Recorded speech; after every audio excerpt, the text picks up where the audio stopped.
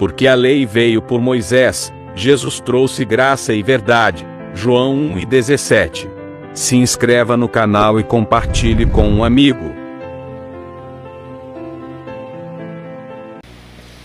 Queridos irmãos, esse é o tema. Presos na liberdade de Cristo. Tem tudo a ver com o testemunho aqui da irmã. Presos na liberdade de Cristo. Esse é o tema. Graça e paz a todos. Irmãos, se você não é inscrito, se inscreva aqui no nosso canal e ative o sino das notificações. Presos na liberdade de Cristo, irmão Elcio? Parece meio que contraditório essa fala sua, mas não é não. Vamos lá, vamos entender esse conceito. Primeira carta aos Coríntios, capítulo 6, versículo 12. Disse Paulo: todas as coisas me são lícitas, mas nem todas as coisas me convêm. Todas as coisas me são lícitas, mas eu não me deixarei dominar por elas. Então, o que é que Paulo estava falando? Tudo me é permissível. Ou seja, Paulo estava dizendo: eu sou livre para fazer o que eu quiser fazer. Todavia, entretanto, eu não vou me deixar ser dominado por esta sensação de liberdade que eu tenho. Tudo me é lícito. Todas as coisas me são permissíveis. Mas eu não vou usar de álibi desta liberdade para me apropriar daquilo que não traz para a minha vida nenhum tipo de benefício, nenhum tipo de edificação. É o que nós temos sempre falado, e alguns irmãos implicam, insistem: irmão Elcio, é pecado beber? Não. Irmão Elcio, mas na religião é pecado beber? Não, não é pecado beber. O pecado não é a bebida em si. O pecado é a besteira que você vai fazer depois que você beber. Não tem aí a lei aí, se beber não dirija? Então, se a pessoa bebe e não dirige, ela não vai estar oferecendo perigo, risco de morte para terceiros. Mas ela bebe e dirige, e já fez besteira. Então não é a questão de ser pecado ou não. A questão é a consequência daquilo que você, usando a sua liberdade, você vai fazer, e depois você pode, como diziam os nossos avós, pagar o pato. Então, irmãos, eu não posso usar da minha liberdade para dar ocasião à carne. Eu estou preso na liberdade que eu tenho em Cristo, porque a minha liberdade que eu tenho em Cristo é uma liberdade espiritual, não é uma liberdade carnal. Eu sou livre espiritualmente. Eu não posso usar dessa liberdade de espírito para dar ocasião à minha carne, fazer besteira e dizer que eu sou livre. Está errado isso. Todas as coisas me são lícitas, mas nem todas as coisas me convém fazer, me convém praticar. Todas as coisas me são lícitas, mas eu não me deixarei dominar, ser dominado por elas. Porque a partir do momento que você se deixa ser dominado, você se torna escravo. Vamos lá, dar um exemplo simples. O irmão não consegue almoçar sem a Coca-Cola. A Coca-Cola ali é lícita? É. Você pode tomar Coca-Cola? Pode, é um problema seu. Mas se essa Coca-Cola está estragando a tua saúde, e você tem consciência disso, e o médico já falou: deixa de tomar essa Coca-Cola. Estou dando um exemplo. Aí você sabe que aquilo está te prejudicando, mas você insiste: porque eu não consigo viver sem essa Coca-Cola. Então vai, se mate. Você é livre. Agora você vai se deixar dominar por isso? Eu tomava muito cafezinho, e eu falei: não, estou tomando muito café, vou parar um pouco o café. Aí quando eu disse que ia parar, me deu dor de cabeça. Aí na hora, é o café. Já está o dia todo sem tomar café? Vai fazer café, vai tomar café. Falei: não vou. Aí a dor de cabeça, problema dela, uma hora vai embora. Agora eu que vou, aí a mente, o psicológico, né? Tá com dor de cabeça porque não tomou café. Aí vai fazer o café. A cafeína, a dependência química. É porque é químico. E aí? Não vou. E o refrigerante? Tomo quando eu quero, uma vez ou outra, não me faz falta. Não me faz falta. É lícito, mas não me convém. Aí o vinho, irmão Elcio, não bebo, mas não é pecado, mas eu não quero. E até porque eu não gosto. Mas o médico diz que faz bem para a saúde. Tá, mas eu não estou precisando tomar isso, porque o médico não me passou isso. Mas irmão Elcio, eu tomo de vez em quando. Tudo é lícito, só não se deixa ser dominado por ele. Tome cuidado. Cada um conhece a sua estrutura. Não cabe aqui o irmão Elcio estar dando conselho, dizendo o que é certo e o que é errado. Todos nós sabemos. Eu não posso me deixar ser dominado por ela. Tudo me é lícito, nem tudo convém. Paulo disse: irai-vos, mas não pequeis, não deixe o sol se pôr sobre a tua ira. Ou seja, muitas vezes você vai se irar. E até é lícito você se irar, porque você vai passar por situações da vida que realmente você vai sair, né, do seu natural, você vai partir para a carne. Mas cuidado para que isso não venha tornar em você uma raiz de amargura, um problema, uma ira incurável. Se controle. Controle as suas emoções. Irmão, eu sou brabo mesmo. Eu vacilar comigo. Vacilar com você o quê? Mas eu estou na minha razão. Muitas vezes é melhor ter paz do que ter razão, irmão.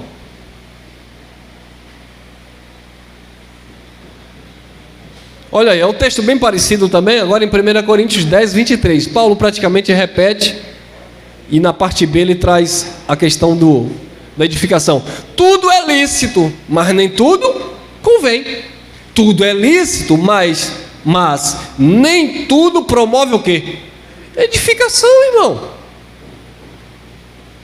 Então Paulo diz que Paulo diz que ele não pode se deixar, ele não pode ser dominado pela sua liberdade, porque ele sabe que a sua liberdade, nem tudo na sua liberdade traz edificação. Bom, se não me traz edificação, então não quero fazer, eu não quero praticar, aquilo vai destruir a minha vida. Por quê? Porque eu estou preso em uma consciência em Deus. Eu costumo conversar com o irmão aí em off, pelo WhatsApp. A nossa liberdade, ela é uma liberdade limitada. E a nossa liberdade, eu preciso entender que é uma liberdade espiritual e não uma liberdade humana. Humanamente falando, você não é um escravo. Você não é um escravo no sentido de viver, né, como de fato escravo. Mas você está preso às leis. Você não anda fazendo o que você quer. Bom, se ali tem um semáforo e o sinal é vermelho, eu sou livre. Passa, mas a conta chega. Eu sou livre, eu vou entrar no fórum de qualquer jeito. Não entra. Tem um modo para você entrar lá. Eu sou livre, eu quero ver, eu vou andar sem roupa. Não é assim. Então, eu preciso entender que eu sou livre no sentido espiritual, porque eu entendo quem é Deus na minha vida. Eu não estou mais debaixo de cabresto pastoral, de manipulação humana, mas eu estou sob a direção de Deus. E Deus, Ele tem as suas regras, as suas leis espirituais, que estão no nosso espírito. Gálatas capítulo 5, versículo 1. Para a liberdade Cristo nos libertou, disse Paulo. Permaneceis, pois, firmes, e não vos torneis novamente ao jugo de escravidão. Então, Cristo libertou, você agora deve permanecer firme na liberdade de Cristo, dizendo Paulo aos irmãos da Galácia, e não voltar para o jugo de escravidão. Aqui no contexto, o jugo de escravidão era voltar para a lei. No nosso contexto atual, o jugo de escravidão é você voltar a comer do próprio vômito, É você voltar como porco para o seu lamaçal.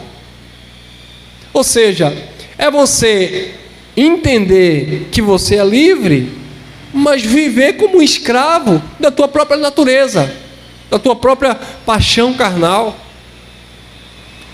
Timóteo era livre, mas Paulo falava: ó Timóteo, faça morrer em você as paixões carnais. Você precisa crucificar o seu eu. Por quê? Porque eu não posso usar da liberdade que eu tenho em Cristo. Para quê? 13. Porque fostes chamados, irmãos, à liberdade. Não useis da liberdade para dar lugar ou ocasião à carne. Antes, servi-vos uns aos outros em amor. Quem dá ocasião à carne não pode servir aos irmãos. Quem dá ocasião à carne não serve aos irmãos. Por quê? Porque ele só faz aquilo que o seu próprio ego pede. Porque eu tenho poucos irmãos, por exemplo, aqui na reunião, dando um exemplo, porque eu tenho poucos irmãos que eu confio a fazer uma viagem e dar responsabilidade aqui do espaço para os irmãos fazer as reuniões. Porque eu tenho poucos irmãos? Porque são esses poucos irmãos que eu sei que não vai ficar dando ocasião à carne, mas vai servir aos demais irmãos, ou seja, vai servir a igreja, vai servir com o dom que Deus deu, vai cuidar. É todo mundo. O irmão Elcio vai sair de férias, um exemplo. Eu vou ficar um mês fora, então eu vou pegar aqui, irmão, toma aqui a chave, você vai ser responsável pela igreja, pelos irmãos, você vai orientar os irmãos aí na palavra. Não é qualquer um que eu vou confiar.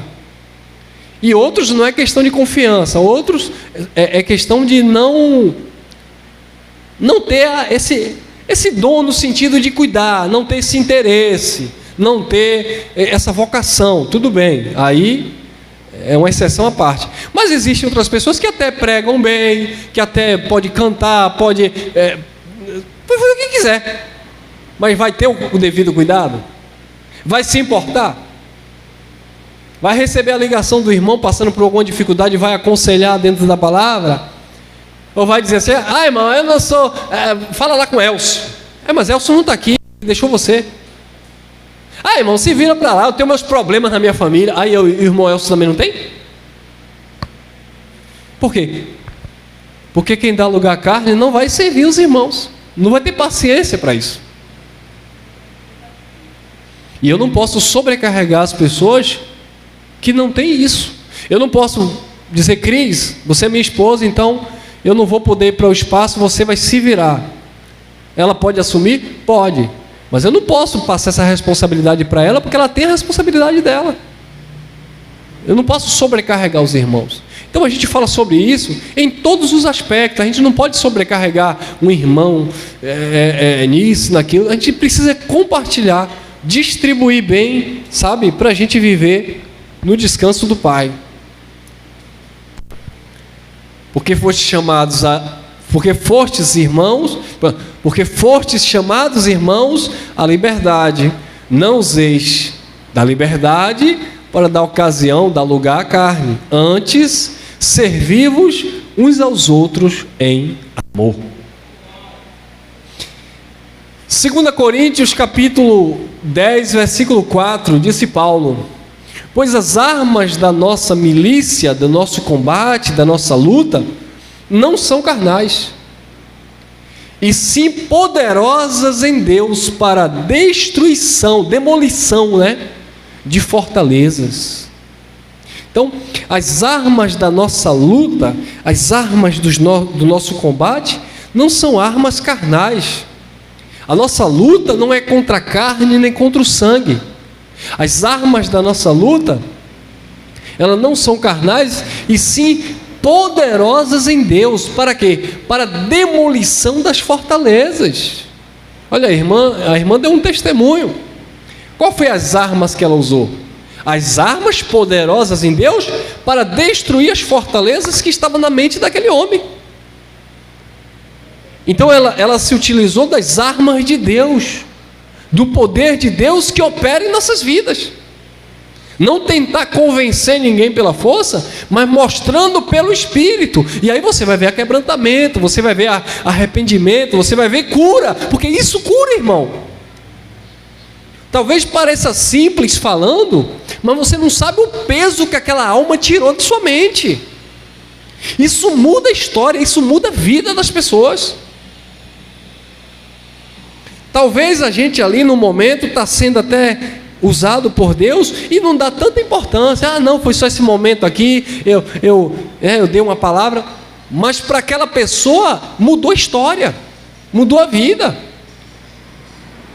Quantas pessoas chegam para mim e dizem assim: irmão, tu me falou uma palavra há 15 anos atrás, no nosso encerramento aqui, teve um irmão que falou isso, ele estava ali, ele disse: irmão, tu me falou uma palavra tem quase 20 anos quando você me falou, e eu ficava de cabeça baixa só lhe ouvindo, você falando, mas eu era de outra religião X tal, e eu nem ligava, não demonstrava, mas aquilo estava em mim, ó. E hoje, para a glória de Deus, eu entendo, e hoje eu e minha família, nós servimos ao Senhor. Eu nem lembrava mais dessa palavra que eu dei há 20 anos atrás, mas a semente ficou. A palavra ficou. Por quê? Porque houve uma edificação, porque as armas que o irmão Elcio usou, não eram armas carnais. Você está lá, dando dinheiro ao pastor, o pastor está te roubando. Isso não é forma de evangelizar em graça. Você é besta, você está indo para o monte, você é ignorante, você precisa de um professor para te dar aula. Professor de quê, irmão? Isso é arma carnal, ainda que eu conheça a graça. Você é um otário, você é isso. Pessoas falando palavras. Cadê o poder de Deus? Isso é poder de Deus? Isso é letra. Mas a letra que matava era a lei. E a letra da graça que incha? Mas o amor edifica. Ninguém lá no sistema quer saber se você conhece os pactos, se você conhece sobre língua estranha. Ninguém lá no sistema quer saber se você conhece sobre dízimo, se você conhece sobre Santa Ceia e Páscoa judaica. Ninguém no sistema quer saber se você sabe que diabo é um adjetivo e que um ser espiritual, Satanás, não existe. Ninguém quer saber disso. As pessoas querem ver na prática. A tua palavra precisa estar alinhada com o teu comportamento. Sou livre, eu sou livre do sistema, eu sou livre da religião, mas eu estou preso em um compromisso com Cristo. Amém, irmãos?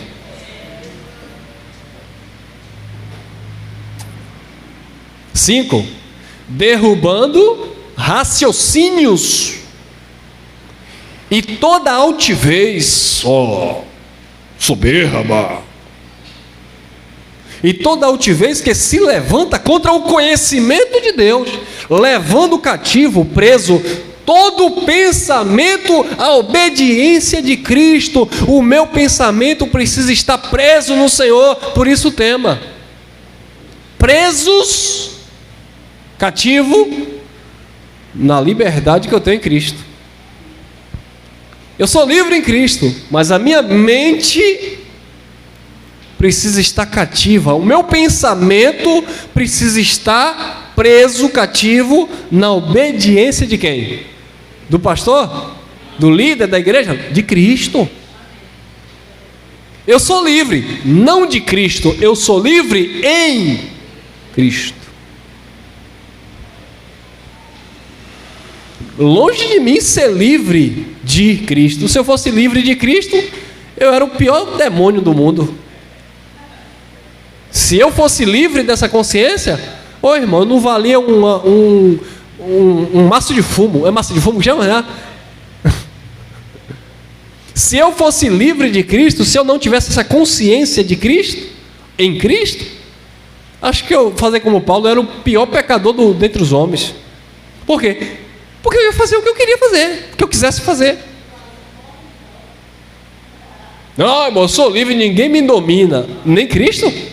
Não, Cristo me domina. Te domina ou é tua carne que te domina? Porque se Cristo te domina, você não pode andar nas obras carnais. O pastor não pode te dominar, o padre não pode te dominar, a igreja não pode te dominar, mas Cristo tem que te dominar. Cristo quem, irmão? O personagem? Não, não é Jesus de Nazaré.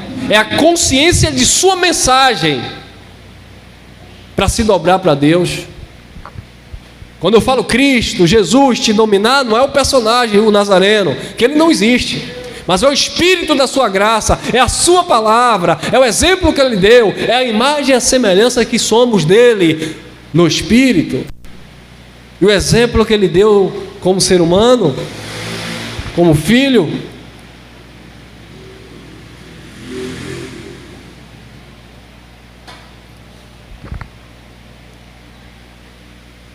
Derrubando raciocínios. Ah, mas eu penso assim. É um pensamento seu.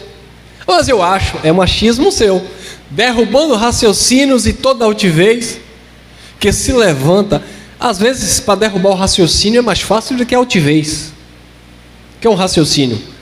É uma verdade que você tem na sua mente. Isso é um raciocínio. Você tem isso como uma verdade. Aí o conhecimento de Deus chega, derruba aquele raciocínio. Mas a altivez para derrubar é complicado, irmão. Derrubar o raciocínio é fácil, não é tão difícil. Ô irmão, é difícil eu entender essa palavra porque eu passei 30 anos na igreja X. É um raciocínio que você tem, é o entendimento que você tem, mas a palavra vai cortando. Pá, pá, pá. Agora, para derrubar a altivez, ele tem consciência que ele está errado, mas ele é altivo. Ele é dono da verdade, ele não se dobra, ele não se rende, ele é o joio, ele é um bode, como ele sabe que ele está errado, mas ele não se rende. O raciocínio, ele é derrubado pelo conhecimento, mas a altivez, ela só é derrubada pela humildade. Entendeu aí? Pegou a senha? O raciocínio é derrubado pelo conhecimento de Deus, mas a altivez ela só pode ser derrubada pela humildade. Tiago disse o seguinte: Deus dá graça aos humildes, mas ele resiste aos soberbos, altivos. Você pega alguém que tem 30 anos lá de religião X ou Y, você começa a falar da graça, do conhecimento. Aí aquela pessoa está lá, não, mas meu pastor não me ensinou assim não. Não, mas meu líder disse que é assado. Não, mas minha mãe disse que é assim. Aí você vai falando da graça. De repente aquela pessoa, você está certo, é isso mesmo. Agora pega lá um pastorzão cheio de soberba. Você está ali, mostra, joga a Bíblia goela abaixo, e ele está ali, não, mas porque eu sou teólogo, porque eu sou... Você não é nada.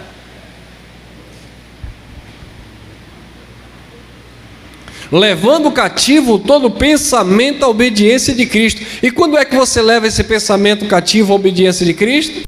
6.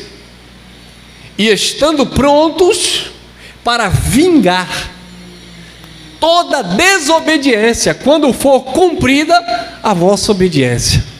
Quando é que eu me vingo da desobediência? Quando eu obedeço. Se tem algo que você deve se vingar, é da sua desobediência. Rapaz, eu estou desobedecendo ao Pai nisso aqui. O Pai ministra isso em mim, Deus fala isso comigo, o Espírito ministra isso. Eu estou desobedecendo ao Pai. Se vingue dessa desobediência obedecendo.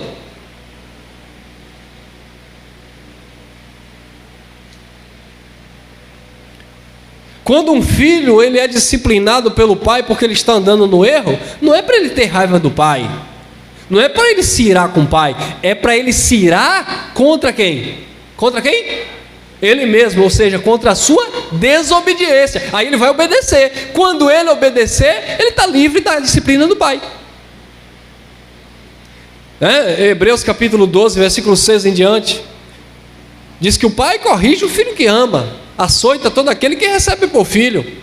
Ainda que a disciplina e a correção a princípio não pareça ser boa, mas no fim produz um fruto pacífico de justiça naqueles que são exercitados por elas. Porque se o pai não corrige, você não é filho, é bastardo, vai viver de qualquer jeito. Mas porque é filho, o Papai do Céu está sempre corrigindo, ensinando, disciplinando, orientando. Então não é para ter raiva de Papai do Céu porque Papai do Céu corrigiu. É para ter raiva da tua desobediência. Se vingue dessa desobediência. Eu não tenho que ficar retado com Deus quando eu erro, retado com minha esposa. Não, eu tenho que ficar retado comigo mesmo. Eu errei, eu falhei.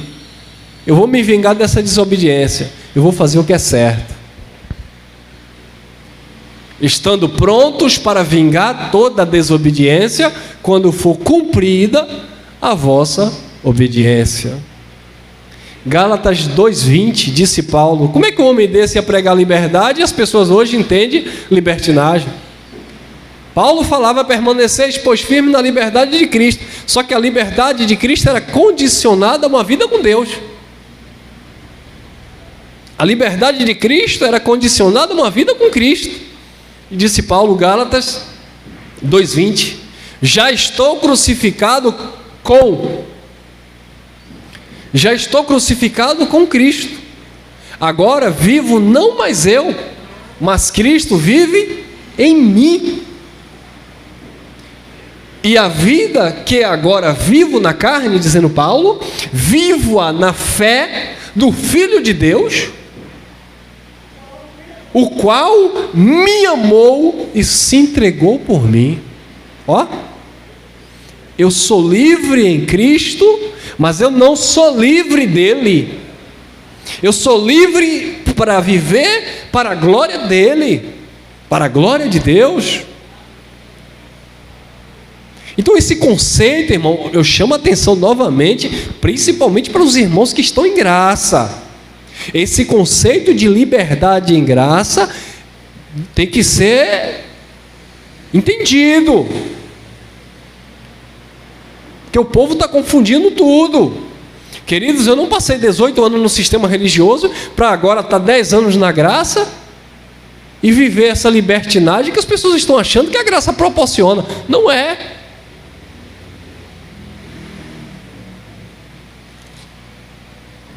Ah, mas não tem condenação. Mas não tem condenação, mas você tem vida com Deus? Deus mora em você, Deus habita em você. Mas como você corresponde a essa habitação dele?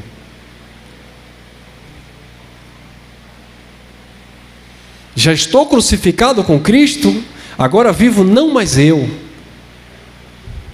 mas Cristo vive em mim. Agora a vida é diferente, agora é uma vida nova, agora é novidade de vida. Cristo vive em minha vida, Ele habita em minha vida. Eu não vou buscar Ele na igreja, eu não vou buscar Ele no templo, eu não vou buscar Ele no monte.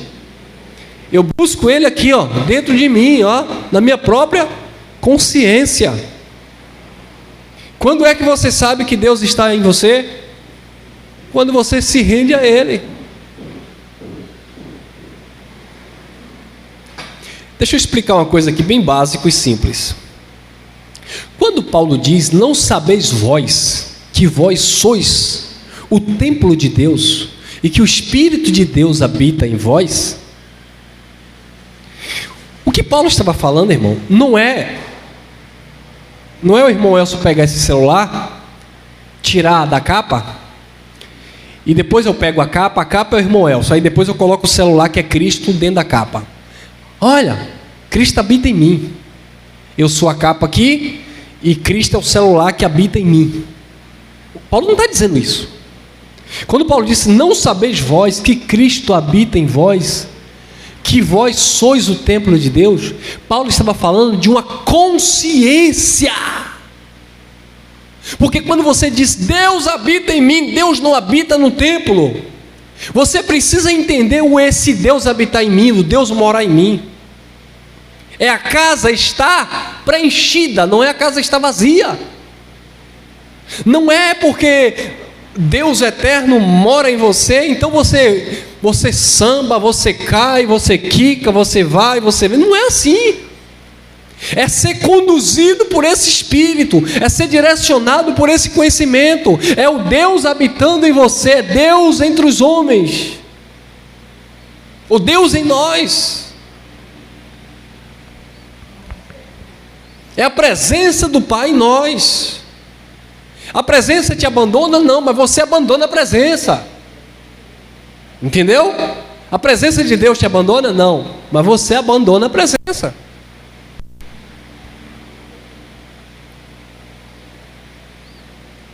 Ah, mas Deus não me abandona. Deus não te abandona. Deus não me deixa. Deus não te deixa. Por quê? Deus é onisciente, onipresente, onipotente. Deus não te abandona nunca, mas você abandona Ele com as suas atitudes.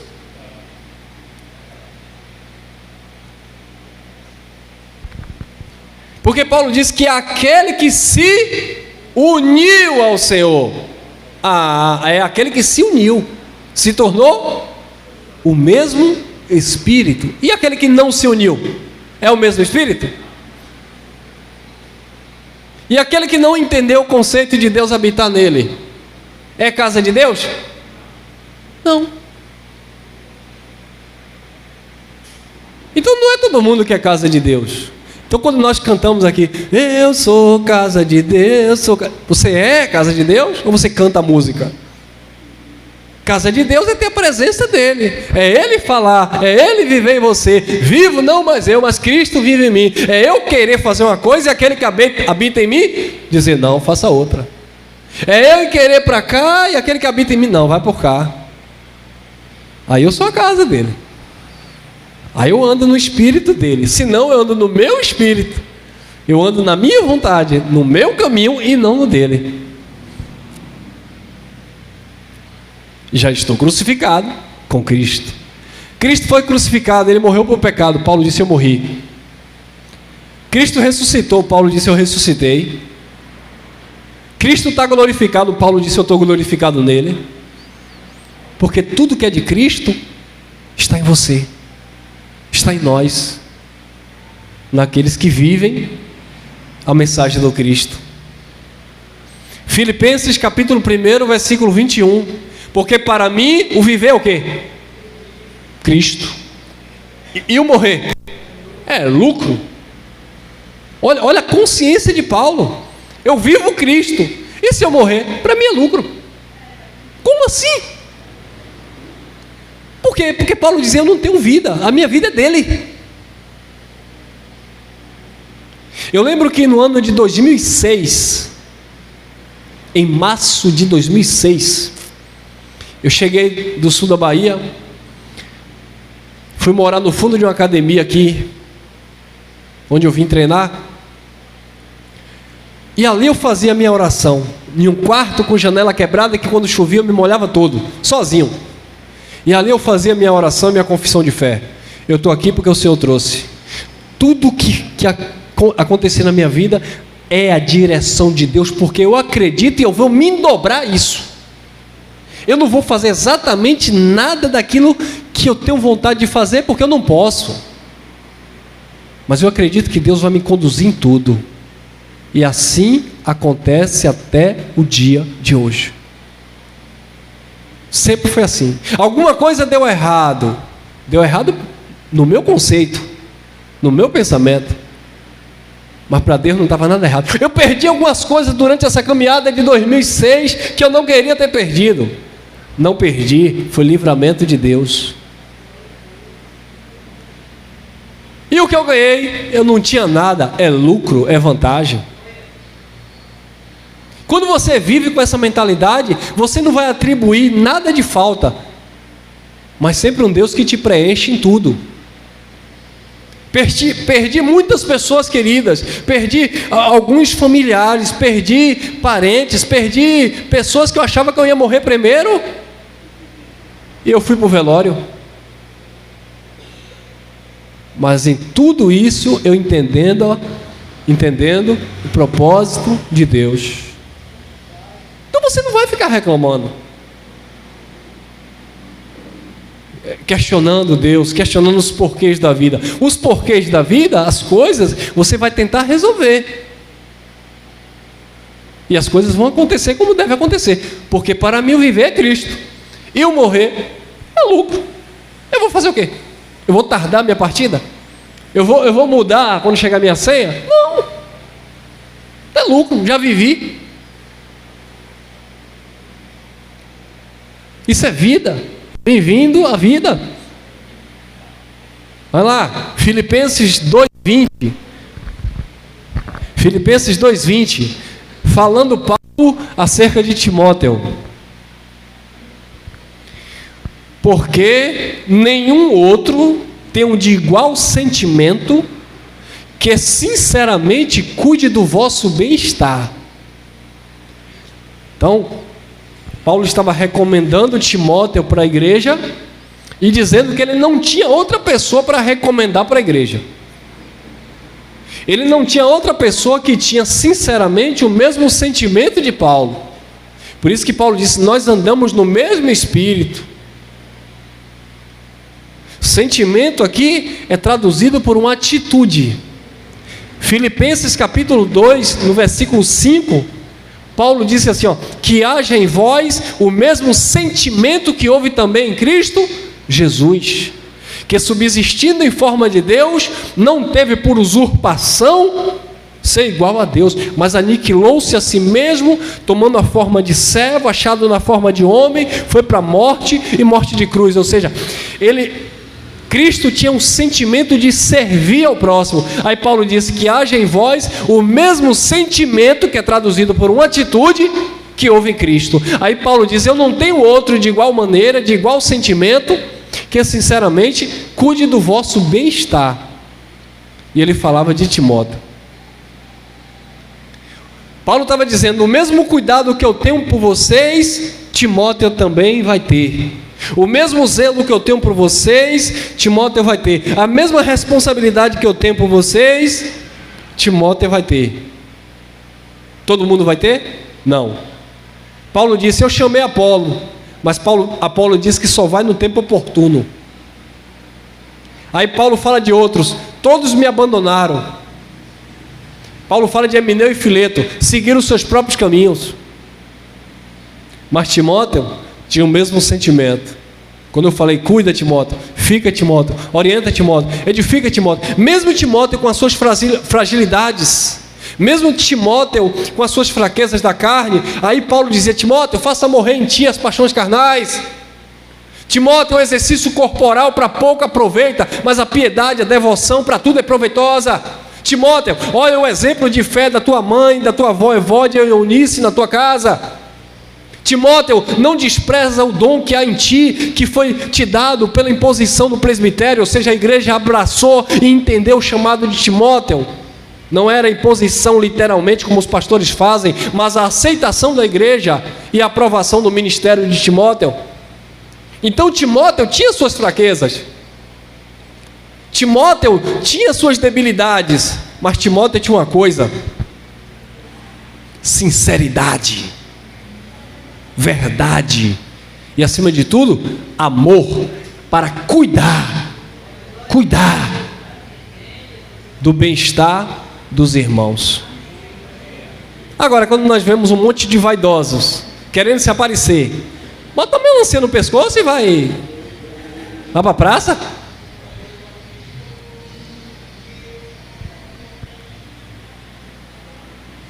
Porque nenhum outro tem um de igual sentimento, que sinceramente cuide do vosso bem-estar.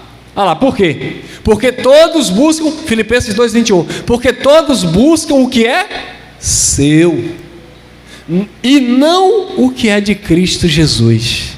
Cuidar do bem-estar da igreja não é cuidar do que é meu, é cuidar do que é de Cristo Jesus.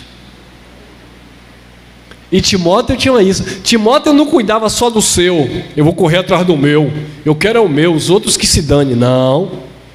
Timóteo, antes de pensar no eu, ele pensava no próximo. Você que é pai de família, mãe, você deve entender isso. Antes de pensar em você, você vai pensar na sua casa, nos filhos.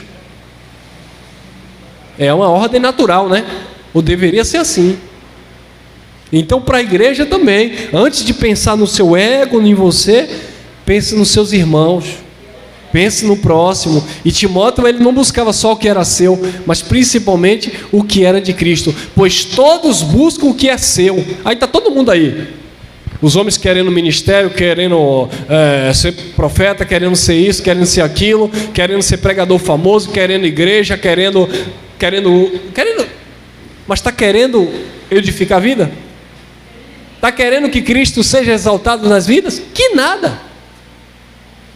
Que nada. Estão querendo ser conhecido, famoso. Eu quero ser conhecido e famoso por pregar o Evangelho da graça que exalte a Cristo. Não ser conhecido e famoso por destruir vidas, por enganar e por mentir.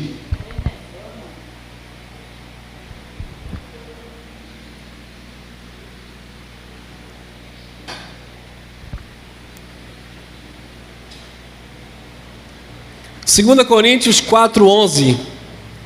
Pois nós que vivemos, estamos sempre entregues à morte por amor de Jesus. Que interessante, né? Pois nós que vivemos, estamos sempre entregues à morte por amor de Jesus. Por quê? Porque sempre entregue à morte. Porque a nossa vida pertence ao Pai. Nós vivemos para Ele. Então, é como disse Paulo, para mim o viver é Cristo, morrer é lucro. E muitas vezes a morte aqui não é no sentido literal.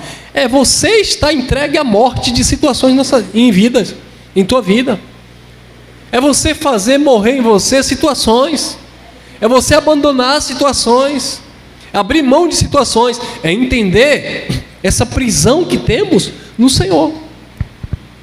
Eu estou preso nele, para que a vida de Jesus se manifeste em nosso corpo mortal.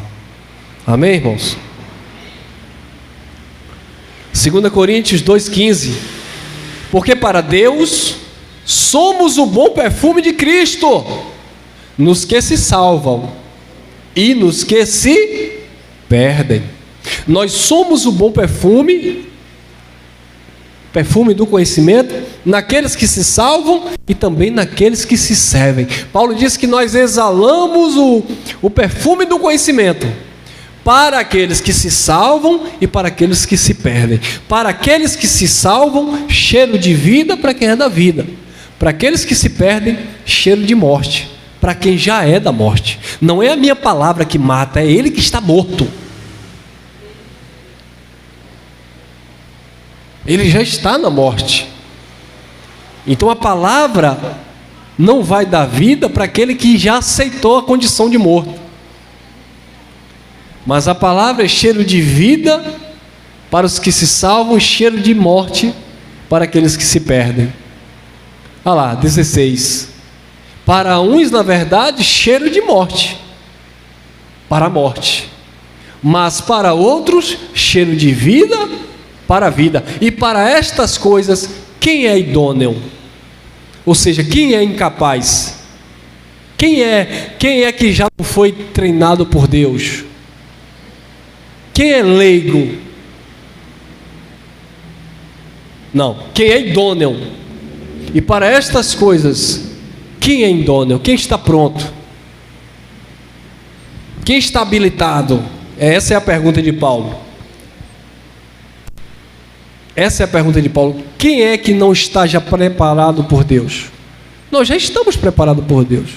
Ele já nos capacitou. Disse Paulo no capítulo 3 que ele nos capacitou para sermos ministros de uma nova aliança. Não da letra, porque a letra mata, mas o Espírito vivifica. Então você é idôneo, você é capacitado, você é preparado para levar esse cheiro de conhecimento. Neófito é que não é capaz de fazer isso. Por isso que Paulo dizia para não chamar os neófitos, os novos, aqueles que não tinham uma estrutura para edificar vidas, mas sim os experientes, os idôneos, aqueles que tinham recebido a graça e a capacidade de Deus para edificar. E nós que falamos dessa graça, vocês que me ouvem, vocês são pessoas idôneas, pessoas capacitadas pelo Pai para levar essa palavra adiante, amém? E aqui nós está encerrando. 1 João capítulo 3, versículo 14. Nós sabemos que já passamos da morte para a vida, porque amamos nossos irmãos, pois quem não ama, permanece aonde? na morte. Então, irmão, eu estou preso no amor de Deus. Se eu não amo, eu estou livre desse amor. Paulo disse em Colossenses 3,14 que o amor é o vínculo da perfeição. Se eu não amo, eu não estou perfeito. Paulo disse em Colossenses 2,10: e estáis perfeitos nele, que é o cabeça de todo principado e potestade. E o que é estar perfeito? É estar perfeito no amor dele.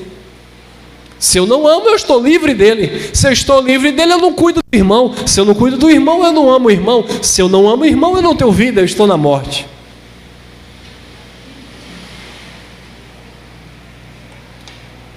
Aí entenda, quando nós falamos de amar o irmão, amar o irmão, amar o irmão, é o próximo, tá? Não é amar só o irmão que é aqui da reunião da MGV. É amar o teu próximo, é amar o teu semelhante. E se ele for teu inimigo, dá de comer. E se for teu inimigo, dá de beber. E se bater na tua face, vira outra. O que é virar outra? Vai embora, deixa ele lá. E o amor continua, porque o amor não é teu, é de Deus. O amor não é eros, não esse. É o ágape, é o amor de Deus. Se não ama, você está morto. Se não perdoa, você está morto. Se não desculpa, você está morto. Se você não pede perdão, você está morto. Se você não se humilha, não se rende, não se dobra, está morto. É difícil isso, né? Mas quando a gente exercita isso, a gente vai compreendendo. E por mais bravo que você seja,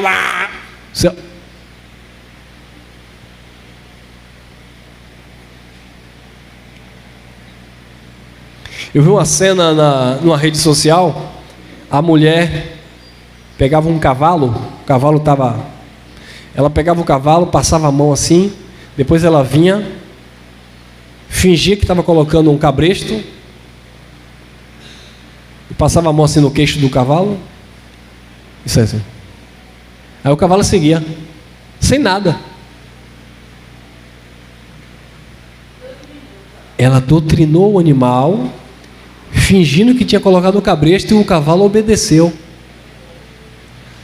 Cristo não quer colocar cabresto em ninguém, mas agora ele tem um jugo. O jugo dele é leve e suave. E o jugo leve e suave, ele dizia: pegue sua cruz e me siga. Não é para você ir cegamente para o matadouro, como a gente ia para o sistema. É para você ir para a vida, seguir a vida, que é Cristo, que é a palavra. Sem precisar estar achando, está sendo puxado. É só obedecer. É o cabresto espiritual. É o amor de Deus. Eu fui atraído por esse amor. Paulo disse: o teu amor, o amor de Deus me constrange.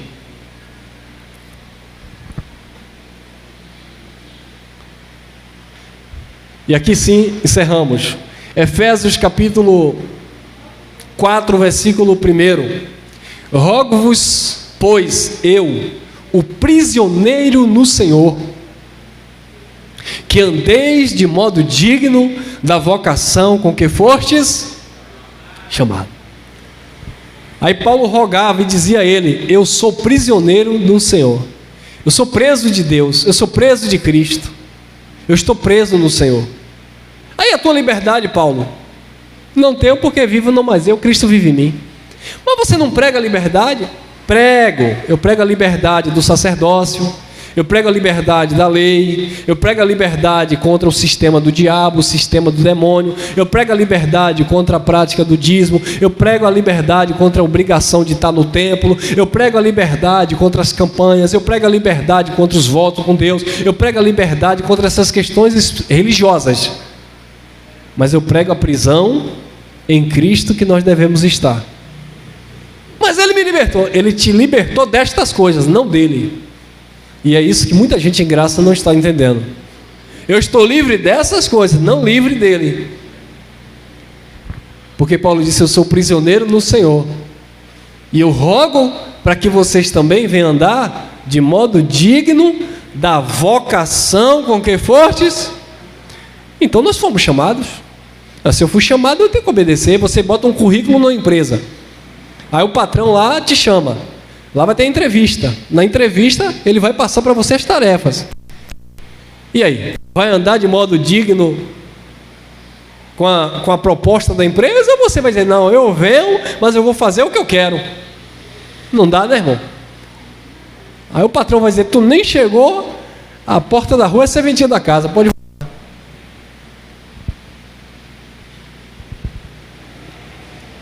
Então assim é Cristo.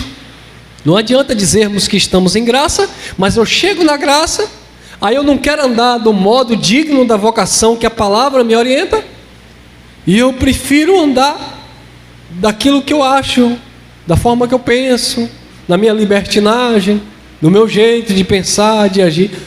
Isso é fortalezas, raciocínios, altivez, que precisa ser derrubado pelo poder de Deus que opera em nossas vidas, para que só assim nós venhamos a desfrutar do reino de Deus, que não é comida, não é bebida, mas paz, justiça e alegria no Espírito Santo. Só assim é que nós venhamos de fato reinar em vida, por meio de Cristo Jesus, o Senhor, aquele que ministra através do seu Espírito e sua graça em nossos corações.